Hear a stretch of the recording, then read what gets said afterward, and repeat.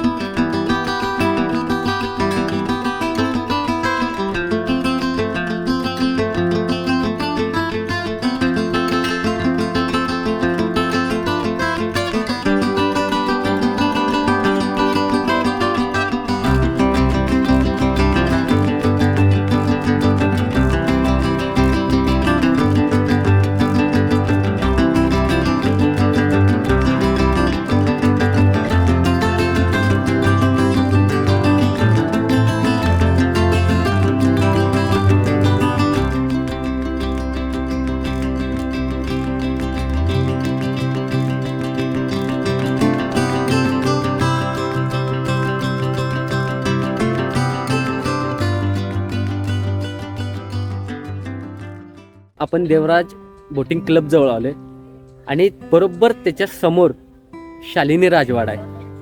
आता राजवाड्याच्या आतमध्ये जाता येणार नाही कारण बंद स्थितीत आहे आणि ह्या राजवाड्याच्या भव्यतेमुळेच रंकाळ्याच्या वैभवात अधिक भर पडलेली आहे. तर आता आज जाता येणार नाही, तुम्हाला मी बाहेरून दाखवतो राजवाडा आणि बोटिंग क्लब दाखवतो. हा राजवाडा रंकाळा तलावाच्या काठावर आहे. तर त्याचे बांधकाम अलीकडच्या काळातील असून त्याची बांधणी मध्ययुगीन पद्धतीची आहे. हा राजवाडा शालिनी राजेंच्या नावाने 1931 ते 1934 या कालखंडात बांधण्यात आला. आता बंद स्थितीत आहे, जाता येणार नाही आत. मी तुम्हाला राजवाडा इथूनच दाखवण्याचा प्रयत्न करीन.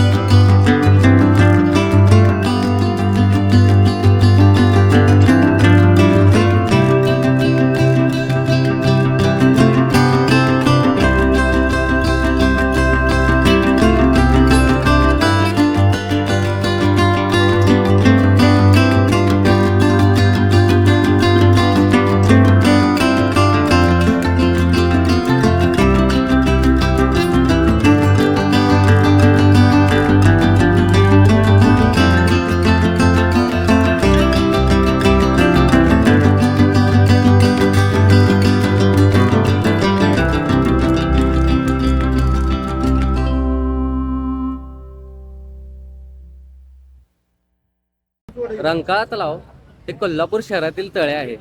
यास कोल्हापूरची रंकाळा चौपाटी म्हणूनही संबोधले जाते. राज्यमार्ग 115 या तलावाच्या काठावरून गगनबावडा वैभववाडीकडे जातो. जर तुमचा कधी योग आला वैभववाडी किंवा गगनबावड्याकडे जाण्याचा, तर तुम्ही रंकाळ्याचा आनंद नक्कीच लुटू शकता.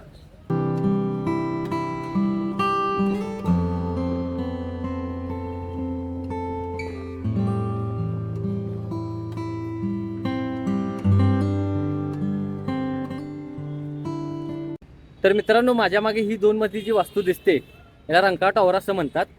तर या वास्तूची आपण आतमध्ये जाऊ आणि काय परिस्थिती आहे ते बघू. चला.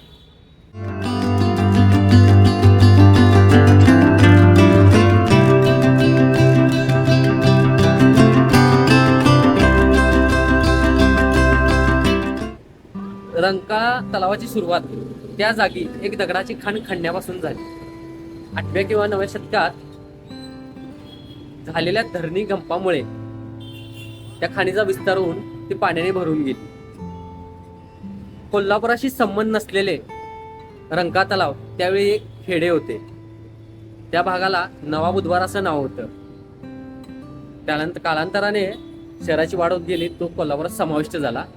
बुवासाहेब महाराजांच्या काळात सन 1830 साली कोल्हापुरात रंकाळ्याचे पाणी नळाद्वारे आणलं. त्या बाजूला संध्यामठ आहे. हा रंकाळा तलाव राजा शाहू महाराज यांनी बांधलेला आहे.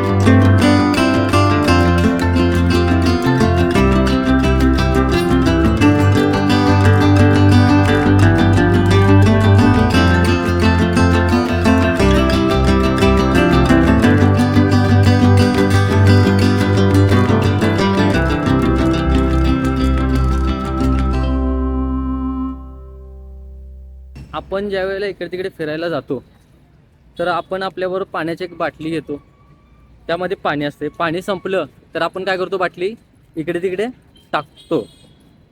एकतरी आपल्या परत वापस ठेवा आपल्याजवळ, नाहीतर एकतरी डस्टबिनमध्ये टाका. कारण की मला खूप इकडे तिकडे बाटल्या दिसत आहेत. खूप मोठा मॅसेज आहे मित्रांनो, विचार करा. आपण ज्यावेळी पाण्याची बाटली नेतो त्यावेळेला टाकतो, तर टाकण्यापेक्षा आपण एकतरी आपल्याजवळ ती बाटली ठेवा, नाहीतर एक डस्टबिनमध्ये टाका.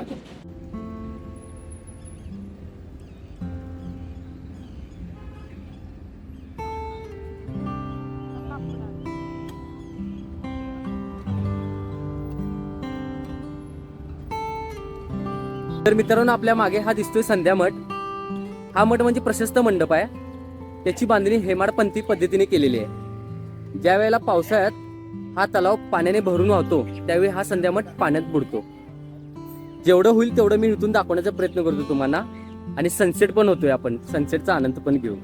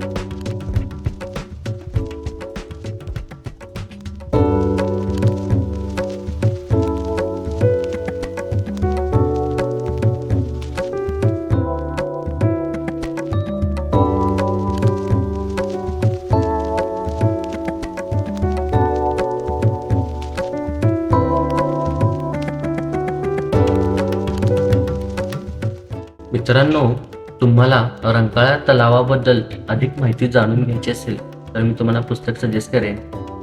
टीका चौधरी यांचे कोल्हापूर जिल्हा हे पुस्तक. यातून तुम्हाला अधिक माहिती भेटून जाईल.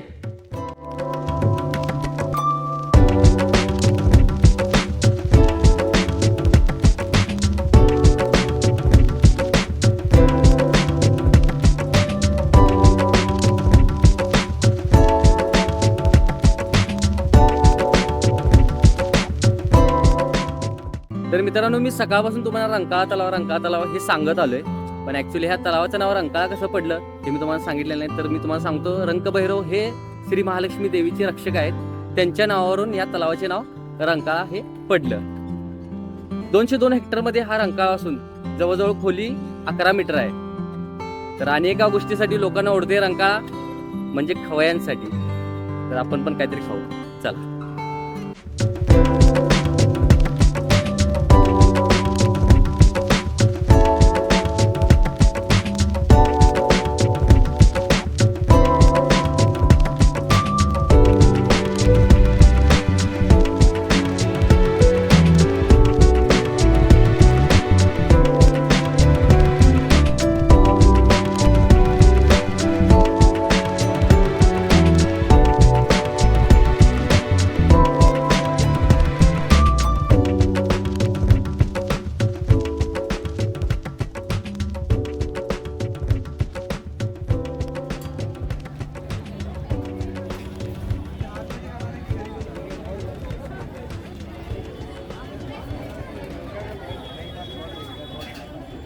की तुम्हाला मी मगाशी म्हटलं मित्रांनो, आपल्याला काहीतरी खायचं आहे. तर मी त्या ठिकाणी आलोय.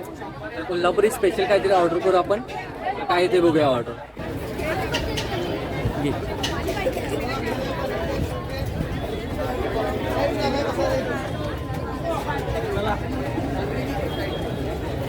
तर मित्रांनो आपली शाही दहीपुरी आलेली आहे. तर आपण मी टेस्ट करून सांगतो तुम्हाला कशा येते. एक सेकंड. काजू बदाम दही वगैरे मारलेली अशी हे आहे. टेस्ट करतो मित्रांनो.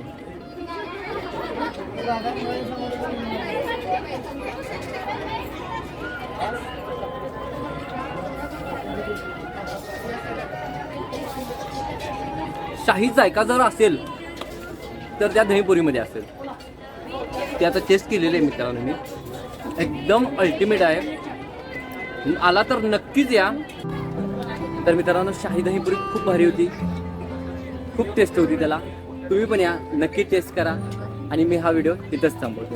व्हिडिओ कसा वाटला कमेंट बॉक्समध्ये मला नक्की सांगा.